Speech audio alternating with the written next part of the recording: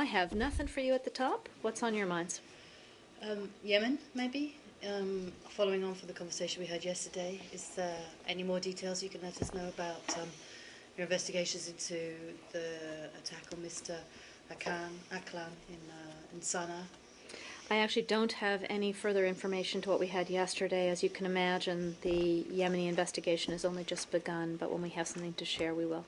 So we're not any further in knowing whether it was related to his work with the embassy or not?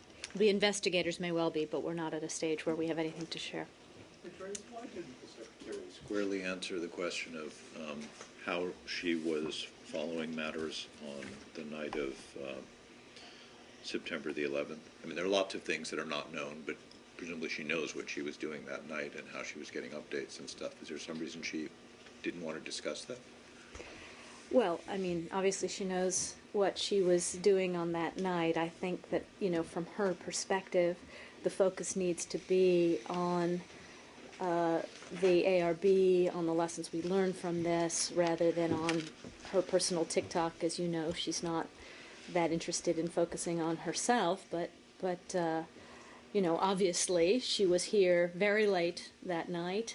She was getting regular updates from both the DS Command Center and the senior NEA leadership in the building. She was making phone calls to senior people, and so she was obviously very much involved, but I think she was not interested in sort of giving a personal TikTok. It's not the way she operates. And why is it that she didn't squarely address the question of was there or was there not a demonstration outside? I mean, does she know? Does she have a sense of whether there was or wasn't one, or does she not know, or does she know and she feels she can't say? I mean, well, as you know, we talked about that particular question ad nauseum here. I can't remember whether it was yesterday or whether it was Tuesday. Every single day, I think. And again, I think she wants to have the full accounting from the ARB and from the FBI. I don't think that she thinks it's productive at this stage to be going back over every piece of the TikTok. She wants, as she said today, there are still things we don't know, and we need to let these two investigations play through. Does she know the answer to the question, though? Is that one of the things she doesn't know? She doesn't know if there was or was not a demonstration? I think she made clear today that she wants to get a full accounting as a result of these investigations before she speaks any more in public about any of these details.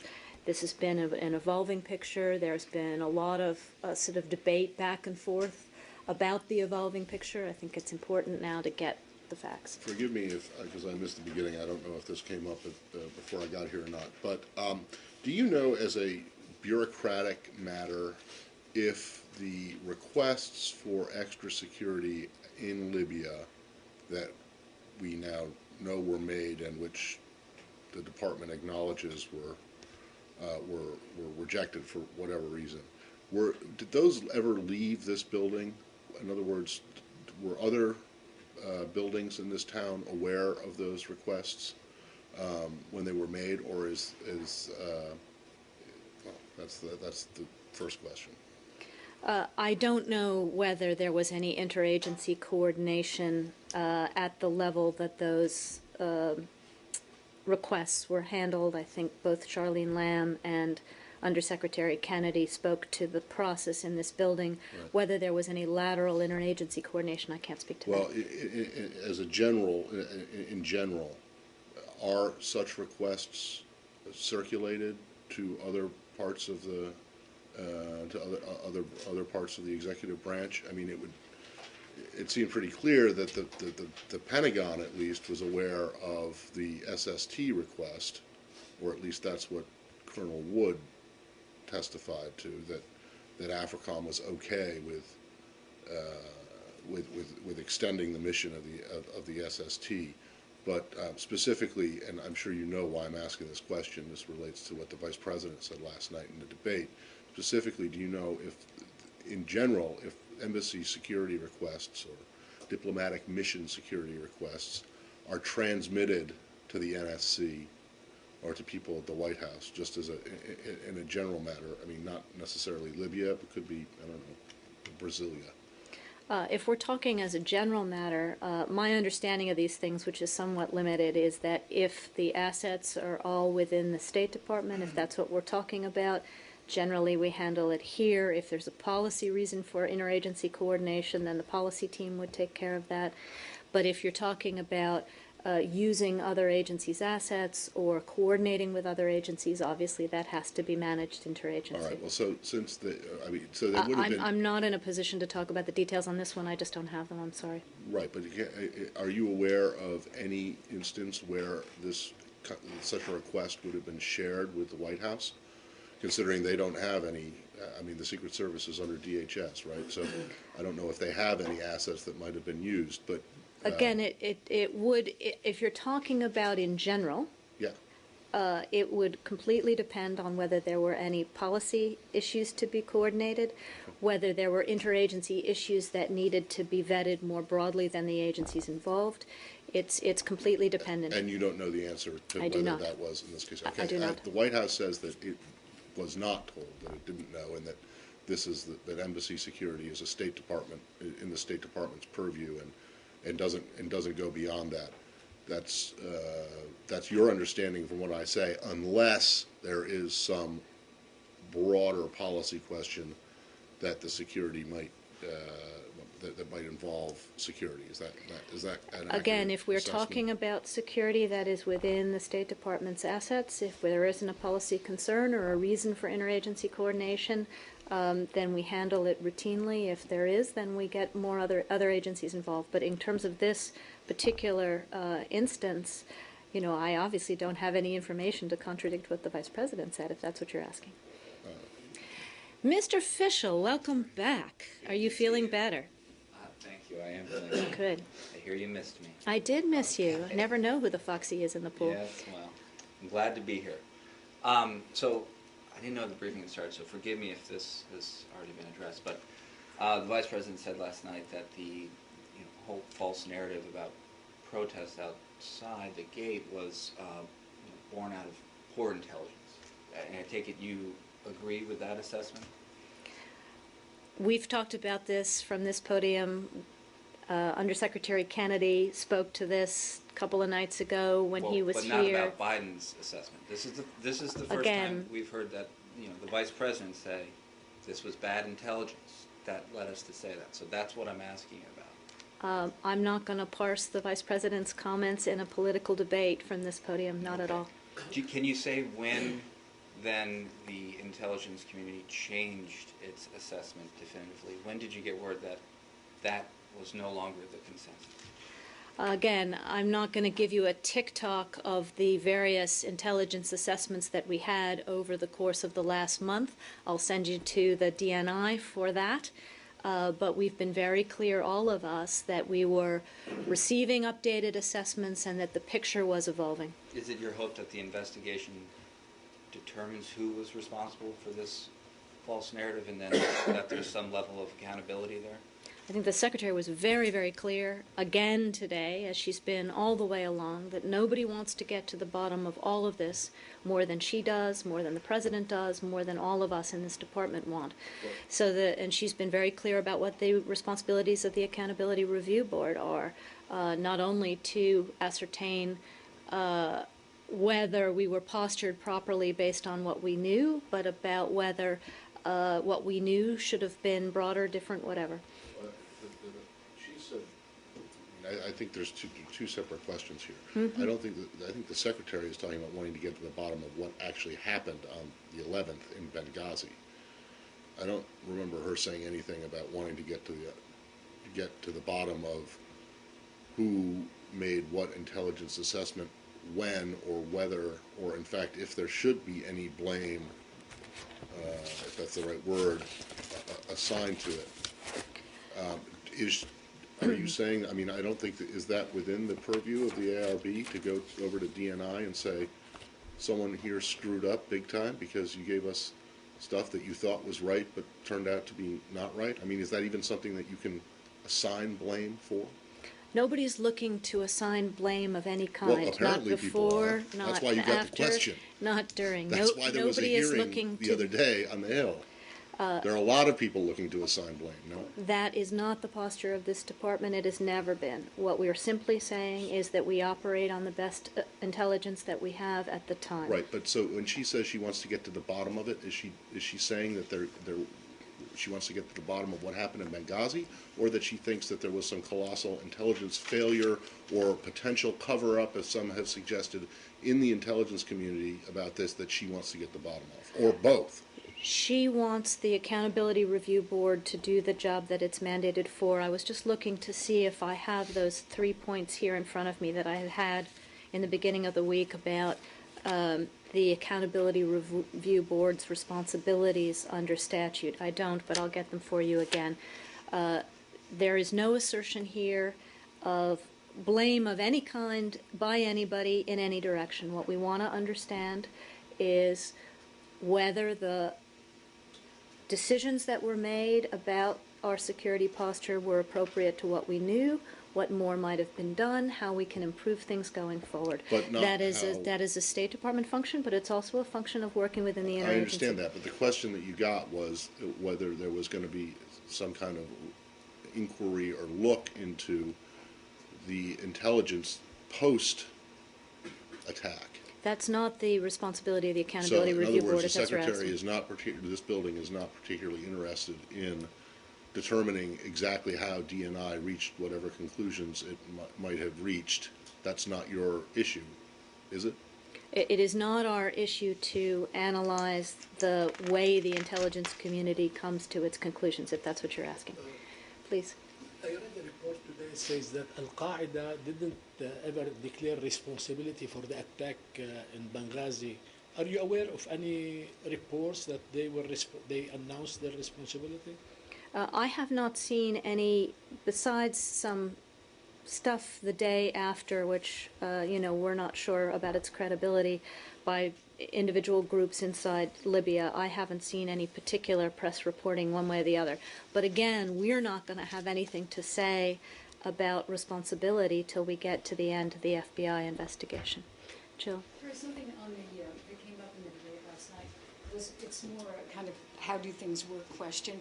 Congressman Ryan said that Marines should have been sent, as Marines exist, guard the embassy in Paris, and they should have been guarding the ambassador when he went to Benghazi. Is that correct? I mean, could they have sent Marines? Is that the normal course? Let me just stop everybody here and remind you that we don't do politics at this podium. We don't litigate the campaign on one side or the other. I'm not saying If it's you're asking me a politics. I'm factual saying, question, how does it work? Exactly. How does it work? What do Marines protect? Would they, in any case, have protected that mission in Benghazi?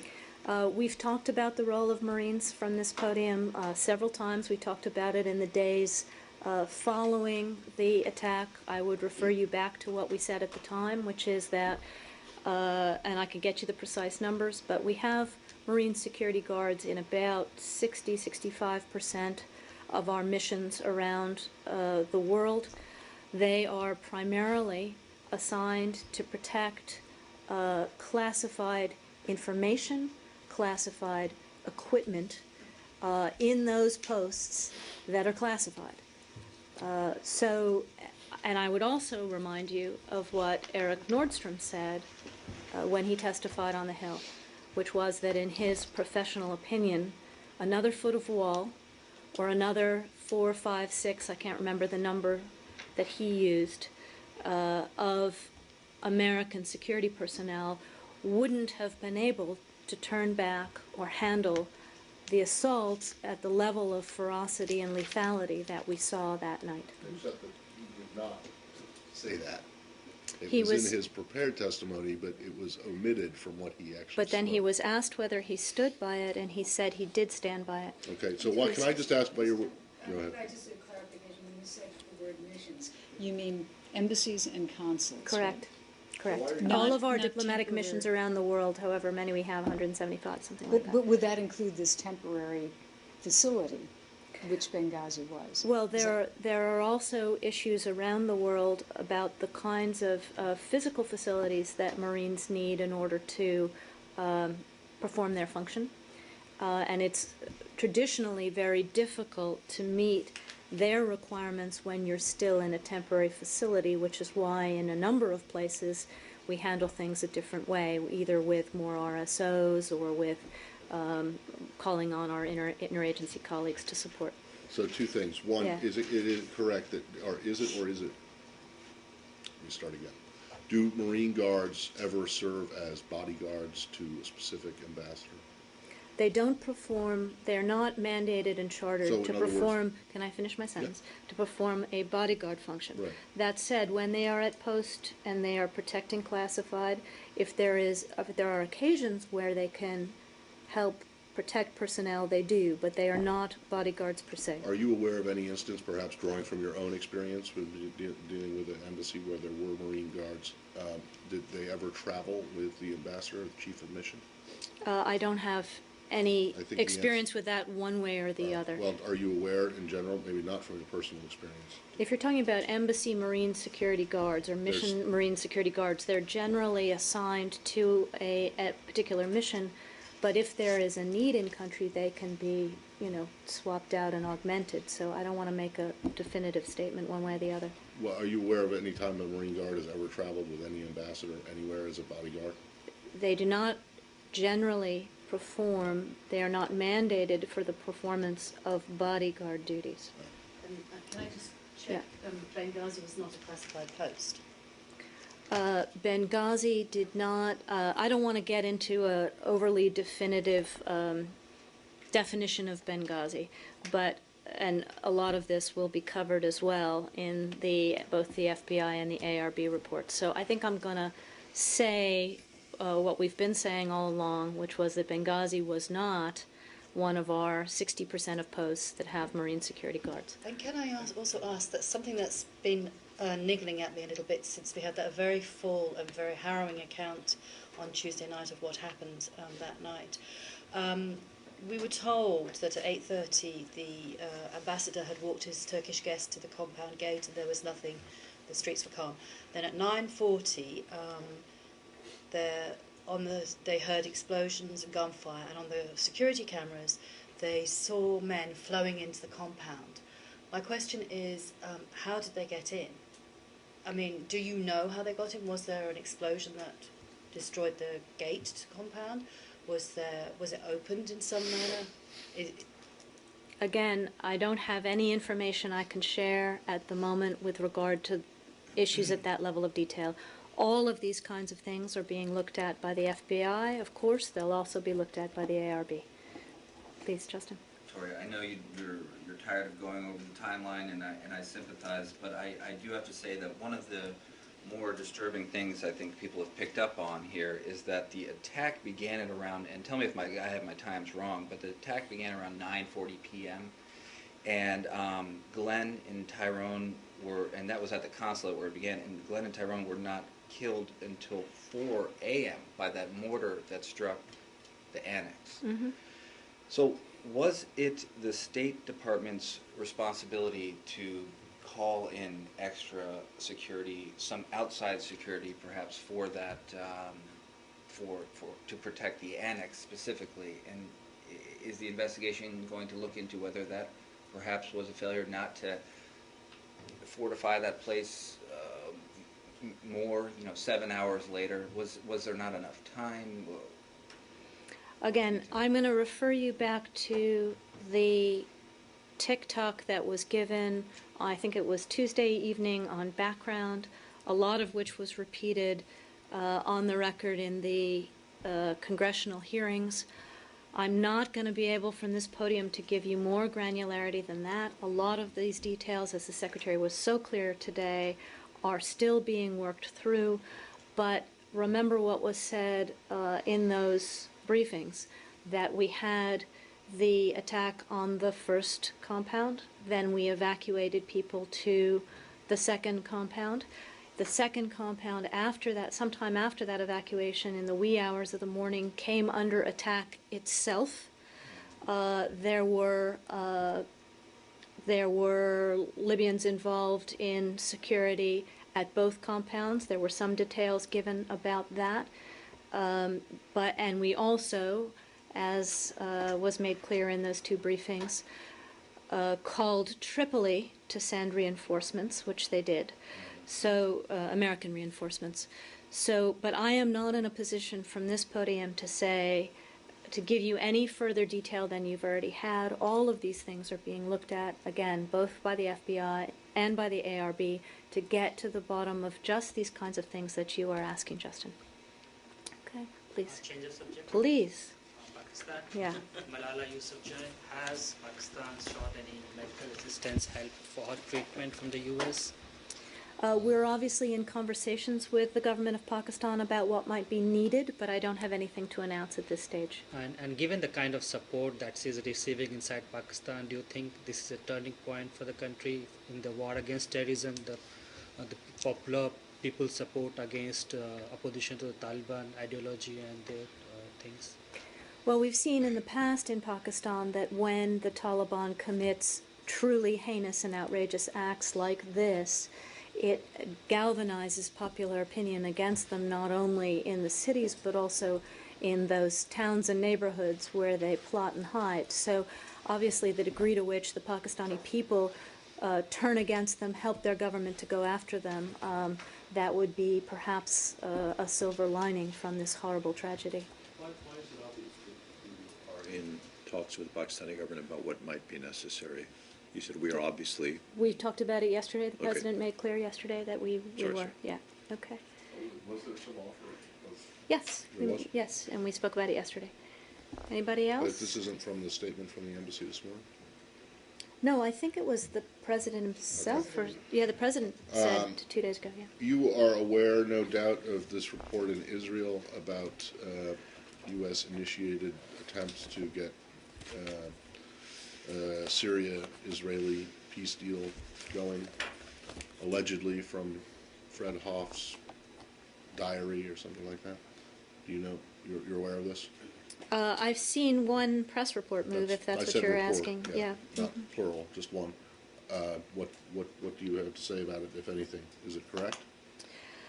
Well, as you know, our goal has always been to have a comprehensive peace between Israel and all of her neighbors.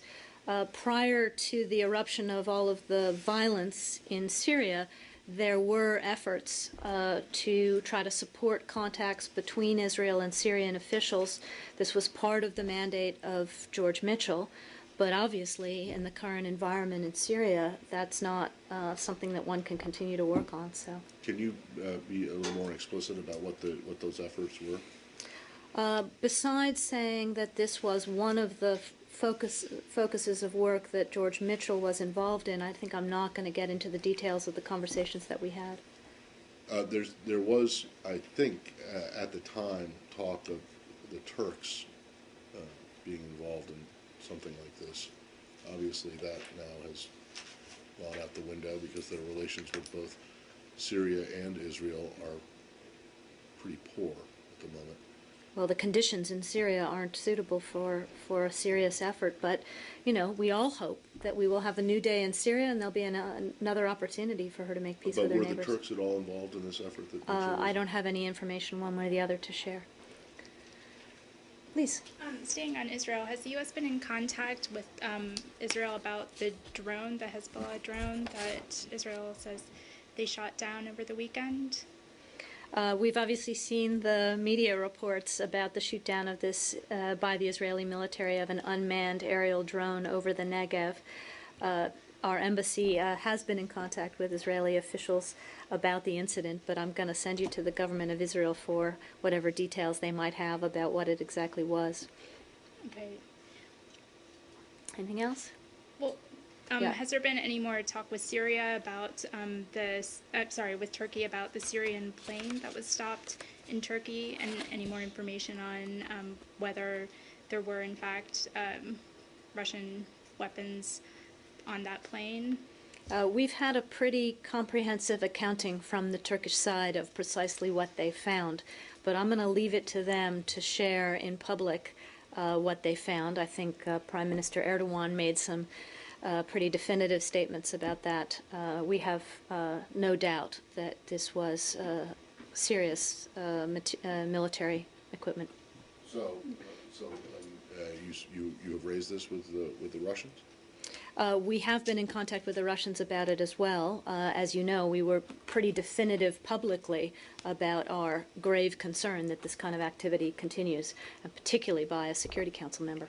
No, right, understood. But yesterday you hadn't, or you weren't aware if you had yet spoken to the Russians. We have. About, and where was that? Who was that? Do you know? My understanding is we've talked to them both in Moscow and from here, but I know we've talked to them from here, but I'm not sure whether in that conversation this particular issue came up. But certainly in Moscow it has. What then, if it wasn't this issue, was there something else that they were talking about? There was a conversation yesterday on the CTR issue, among other things. Yeah, please. Just to make sure, is your understanding that it was, let's say, military equipment coming from the government or a private company taking it into Syria? I'm going to let the Turks characterize exactly where they think the stuff originated from and where they think it was going. And you also said that this was troubling because it came from a Security Council member.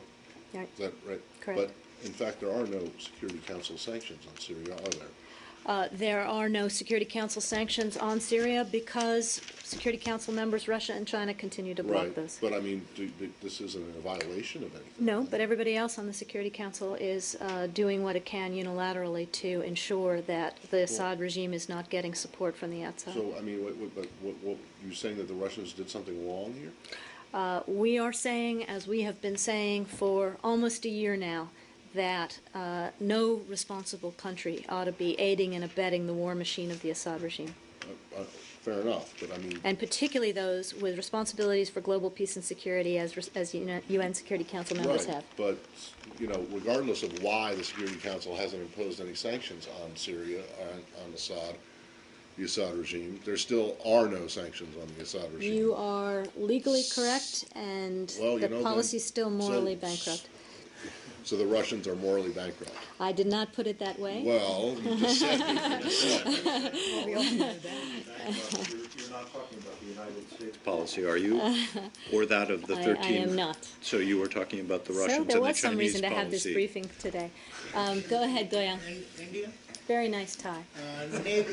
Indian Navy has test fired cruise missile, which can reach 290 or more kilometers. Any comments, or if U.S. knew in advance or was informed? Sounds like a question for our Pentagon brothers. I don't have anything for you on the Indian Navy today. Thank And you. sisters, yes, And, thank you. China? China? China quickly. China has rejected U.S. House panel report and saying that the U.S. doing business in China is a security risk, and also at the same time many Chinese companies and are taking all the U.S. secrets and obtaining from here and also applying in China. So you have any comments on this Chinese? We talked about this, I think it was Monday or Tuesday, Gael, and at the time I suggested that you talk to the House Committee because they're the ones who were the authors of the report. But my question is, China is saying that China is not a security risk for the U.S. businesses to invest in China. It's just a hoax. Well, I also gave a long comment, I think it was Monday, with regard to our bilateral dialogue on cybersecurity and how important we consider that not only in government-to-government affairs, but also in protecting the intellectual property and other of our business sector. And quickly on Pakistan, Imran Khan, the famous cricketer and also now politician, is leading and has led anti-U.S. demonstration from all the way from Islamabad to around the country against U.S. drone attacks. And he said that U.S. drone attacks are killing basically the innocent Pakistanis.